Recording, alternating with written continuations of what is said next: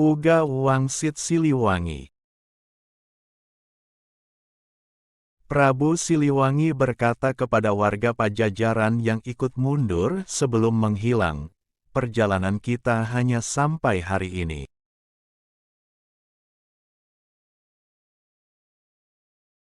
Meskipun kalian semua setia kepadaku, aku tidak boleh membawa-bawa kalian pada masalah ini.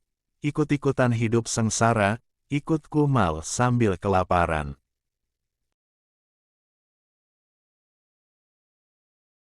Kalian harus memilih untuk hidup selanjutnya, supaya nanti bisa hidup makmur dan kaya raya, bisa mendirikan lagi Pajajaran. Bukan Pajajaran seperti yang sekarang ini, melainkan Pajajaran yang berdirinya dibangkitkan oleh perkembangan zaman.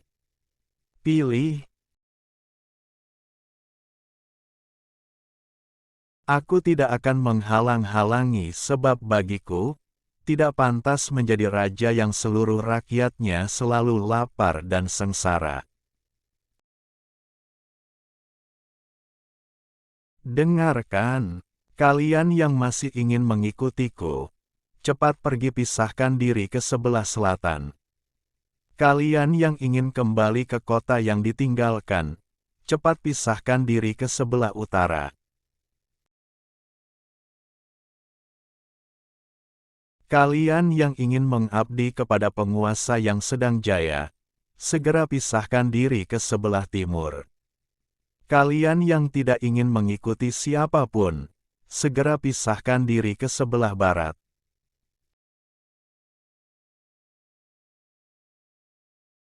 Dengarkan, kalian yang di sebelah timur, harus tahu, kejayaan mengikuti kalian. Iya, benar sekali. Keturunan kalian yang nantinya bakal memerintah saudara-saudara kita dan orang lain.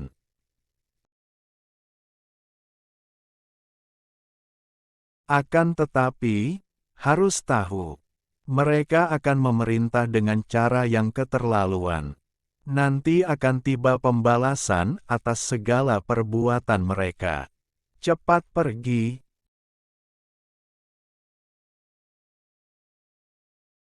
Kalian yang berada di sebelah barat, telusuri oleh kalian jejak Ki Santang. Hal itu disebabkan nantinya keturunan kalian yang mengingatkan saudara-saudara kita dan orang lain.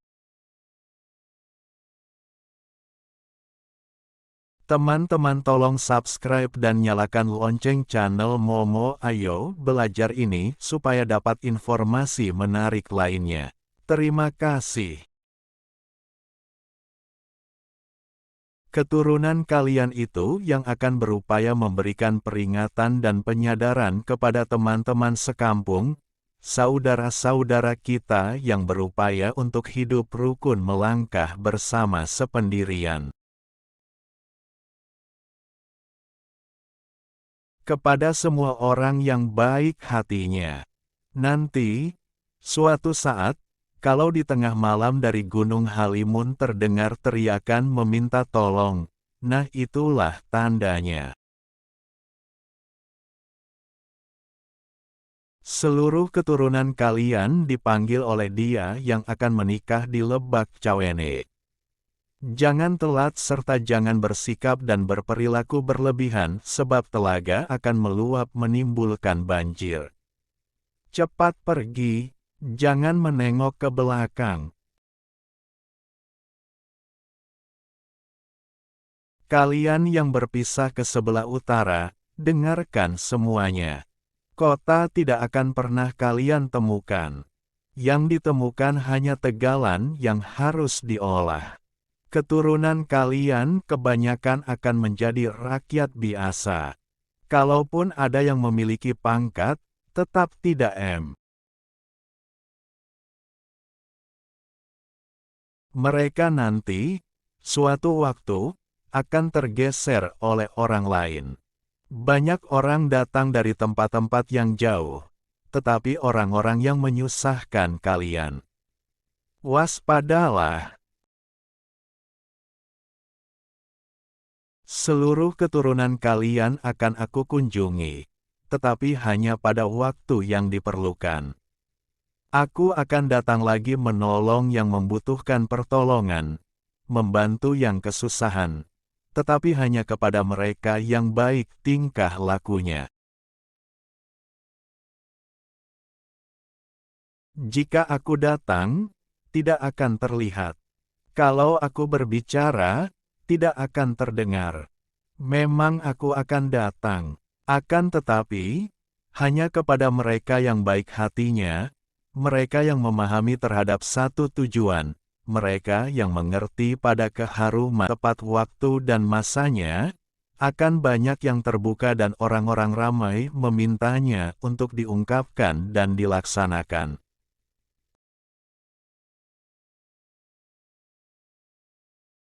Akan tetapi, harus mengalami banyak kejadian dan menemukan berbagai peristiwa bersejarah. Selesai zaman yang satu, berganti zaman yang lain. Setiap zaman membuat sejarah. Lamanya setiap zaman sama dengan melakukan penyukman, pengusumahan, dan peniti.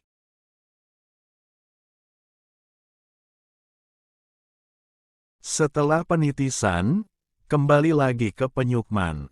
Itu artinya, zaman dan sejarah selalu berputar ke itu-itu lagi. Dengarkan, mereka yang sekarang memusuhi kita akan menjadi raja hanya dalam waktu yang sebentar. Waktunya hanya sampai pada masa tanah keri. Tanah itu kemudian dijadikan kandang kerbau kosong. Nah, sejak saat itu seluruh negara akan terpecah-pecah. Dipecahkan dan dijajah kerbau-kerbau bule yang dipimpin oleh orang tinggi yang memerintah di alun-alun. Semenjak itu, raja-raja dibelenggu. Kerbau bule mengendalikan generasi muda dan pewaris kekuasaan. Keturunan kita menjadi kuli, orang suruhan, namun tidak terasa karena semuanya serba ada, murah, banyak pilihan, dan bisa makan sampai kenyang.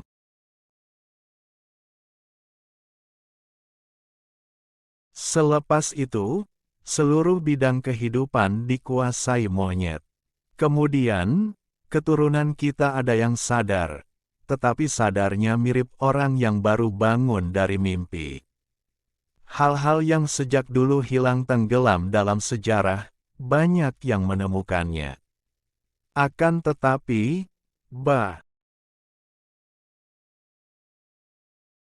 ada penemuan yang digunakan, tetapi sebetulnya tidak perlu digunakan.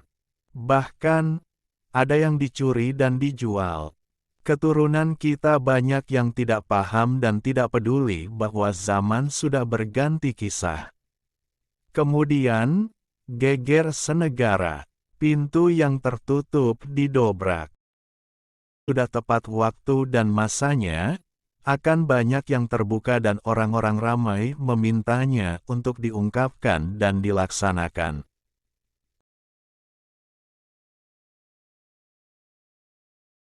Akan tetapi, harus mengalami banyak kejadian dan menemukan berbagai peristiwa bersejarah. Selesai zaman yang satu, berganti zaman yang lain.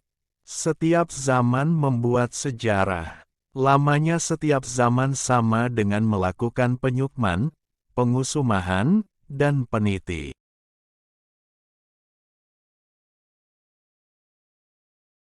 Setelah penitisan, kembali lagi ke penyukman. Itu artinya, zaman dan sejarah selalu berputar ke itu-itu lagi. Dengarkan, mereka yang sekarang memusuhi kita akan menjadi raja hanya dalam waktu yang sebentar. Waktunya hanya sampai pada masa tanah keri. Tanah itu kemudian dijadikan kandang kerbau kosong. Nah, sejak saat itu seluruh negara akan terpecah-pecah. Dipecahkan dan dijajah kerbau-kerbau bule yang dipimpin oleh orang tinggi yang memerintah di alun-alun. Semenjak itu, raja-raja dibelenggu. Kerbau bule mengendalikan generasi muda dan pewaris kekuasaan. Keturunan kita menjadi kuli, orang suruhan, namun tidak terasa karena semuanya serba ada, murah, banyak pilihan, dan bisa makan sampai kenyang.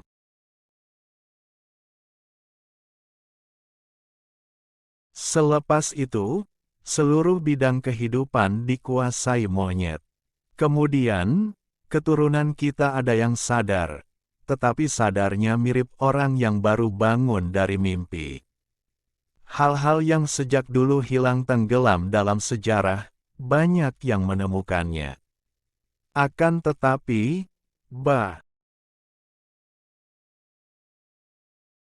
ada penemuan yang digunakan, tetapi sebetulnya tidak perlu digunakan. Bahkan, ada yang dicuri dan dijual. Keturunan kita banyak yang tidak paham dan tidak peduli bahwa zaman sudah berganti kisah. Kemudian, geger senegara, pintu yang tertutup didobrak. Tertutup didobrak. Yang memerintah bersembunyi jauh sekali. Alun-alun jadi kosong, kerbau bule pada kabur. Lalu, negara yang terpecah-pecah itu dikuasai dan dirusakkan monyet. Keturunan kita enak-enak tertawa, tetapi tertawa yang tertahan, tidak tuntas, karena ternyata lumbung padi habis dimakan monyet, kebun dilalap monyet, perempuan-perempuan hamil oleh monyet. Segala-gala dikuasai monyet. Keturunan kita takut oleh mereka yang bergaya seperti monyet. Undang-undang dan hukum dipegang monyet sambil mengendalikan keturunan kita tetap menjadi orang-orang suruhan dan kuli.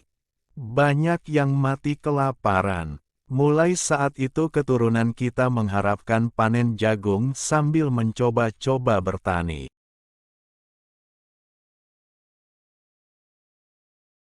Tanpa ilmu pengetahuan dalam mengolah lahan.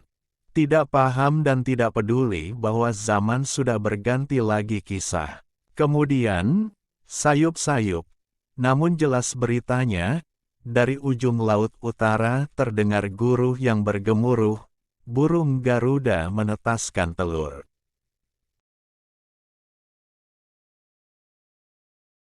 Geger seluruh dunia. Lalu, apa yang terjadi di negeri kita, ramai oleh yang sedang berperang.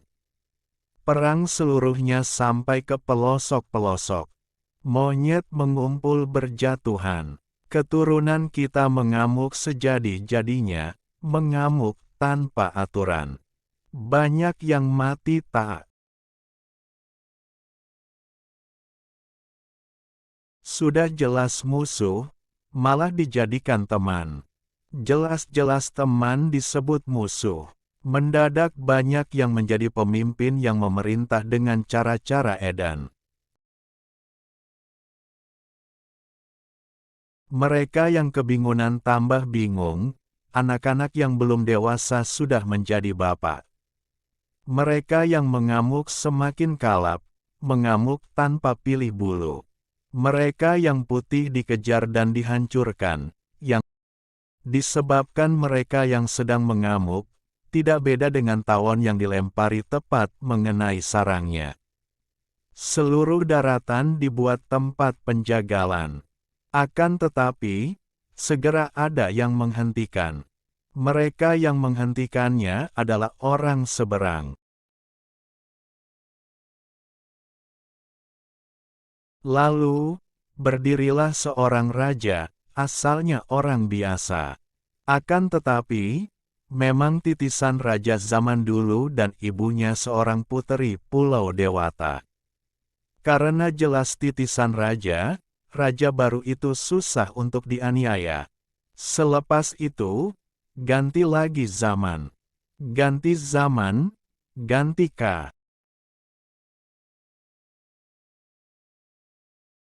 Tidak lama setelah tampak bulan di siang hari yang disusul melintasnya bintang terang bercahaya.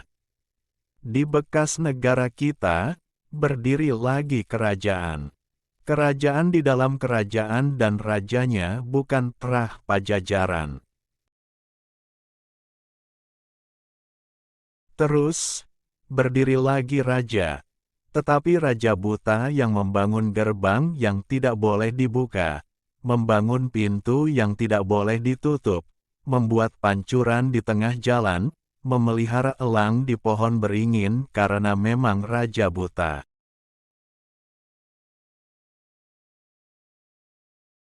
Bukan buta pemaksa jahat yang sewenang-wenang, tetapi buta tidak dapat melihat, buta matanya. Buaya dan serigala, kucing garong dan monyet mencakar-cakar dan menggeorogoti rakyat yang sedang dalam keadaan susah. Sekalinya ada yang mengingatkan, yang diburu bukan binatangnya, melainkan orang yang mengingatkan tersebut. Makin lama, banyak raksasa yang jahat. Mereka menyuruh menyembah lagi berhala. Pergaulan anak muda salah jalan. Kesalahan pergaulan itu diakibatkan oleh salahnya aturan dari pemerintah. Undang-undang dan hukum hanya ada di mulut dan dalam diskusi-diskusi kosong tanpa bisa ditegakkan dengan benar. Hal itu disebabkan para pejabatnya mereka menyuruh menyembah lagi berhala. Pergaulan anak muda salah jalan. Kesalahan pergaulan itu diakibatkan oleh salahnya aturan dari pemerintah. Undang-undang dan hukum hanya ada di mulut dan dalam diskusi-diskusi kosong tanpa bisa ditegakkan dengan benar. Hal itu disebabkan para pejabatnya bukan ahlinya. Buah padi banyak yang tidak masuk ke dapur rakyat. Salah sendiri mempercayakan kebun kepada orang yang gemar berdusta. Petaninya suka mengumbar janji palsu. Orang-orang pintar terlalu banyak, tetapi pintarnya keblinger. Dalam keadaan itu, datang pemuda berjanggut. Datang dengan menggunakan pakaian serba hitam sambil menyandang sarung tua. Menyadarkan orang-orang yang sedang tersesat, mengingatkan orang-orang yang sedang terlupa. Akan tetapi, tidak diperhatikan. Mereka tidak memperhatikannya karena pinter keblinger, inginnya menang sendiri. Mereka tidak paham dan tidak sadar bahwa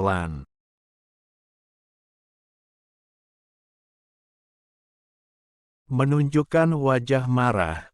Dari bumi asap sudah mengepul dari perapian. Alih-alih diperhatikan, pemuda berjanggut oleh mereka ditangkap, lalu dimasukkan dalam penjara. Kemudian, mereka mengacak-acak rumah orang, mengobrak-abrik urusan orang, merusakkan.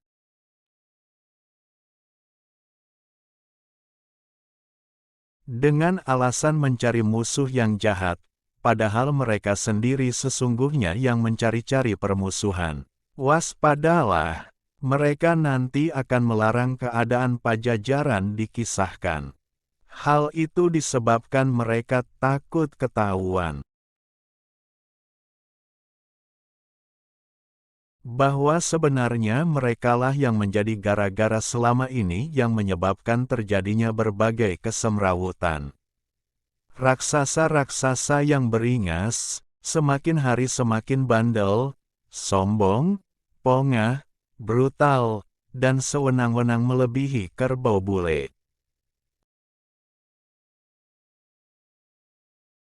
Mereka tidak sadar bahwa zaman manusia sudah dikuasai binatang. Kekuasaan raksasa-raksasa buta itu tidak terlalu lama. tetapi selama berkuasa itu keterlaluan sekali menindas rakyat susah yang sedang berharap datangnya mukjizat.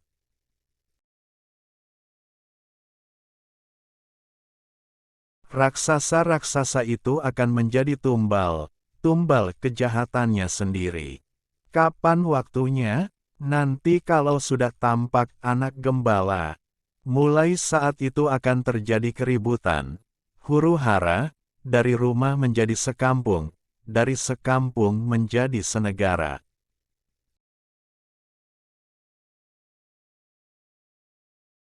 Orang-orang bodoh pada jadi gila ikut-ikutan membantu mereka yang sedang berkelahi yang dipimpin oleh pemuda buncit.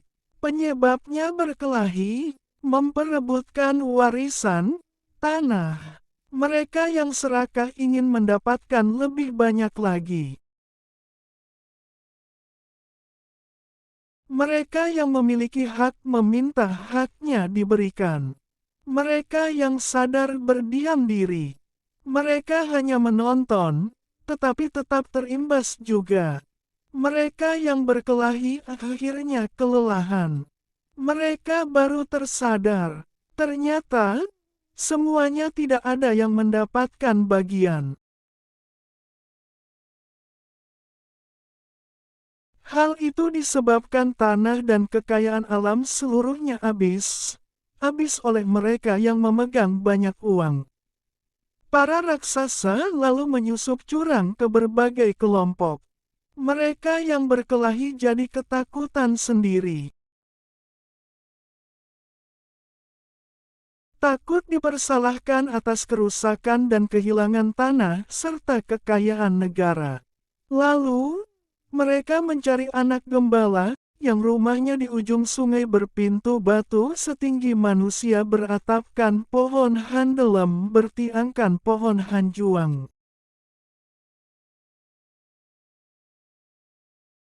Mencari anak tumbal. Mereka menginginkan tumbal untuk dikambing hitamkan. Akan tetapi, anak gembala sudah tidak ada sudah bergerak bersama dengan pemuda berjanggut. Keduanya sudah pindah membuka lembaran baru, pindah ke Lebak Cawene. Mereka yang mencari anak gembala hanya menemukan burung gagak yang berkoak-koak di dahan mati. Dengarkan semuanya, zaman bakalan ganti lagi. Tetapi nanti setelah gunung gede meletus yang disusul meletusnya 7 gunung.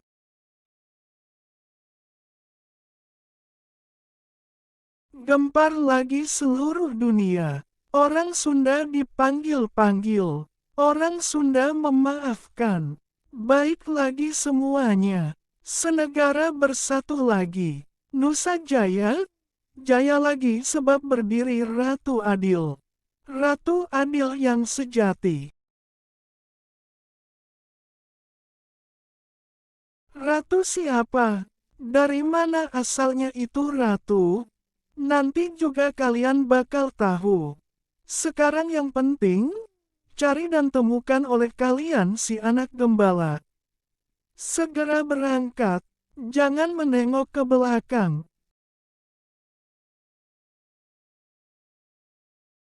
Like, share, comment. Please subscribe and thanks for watching.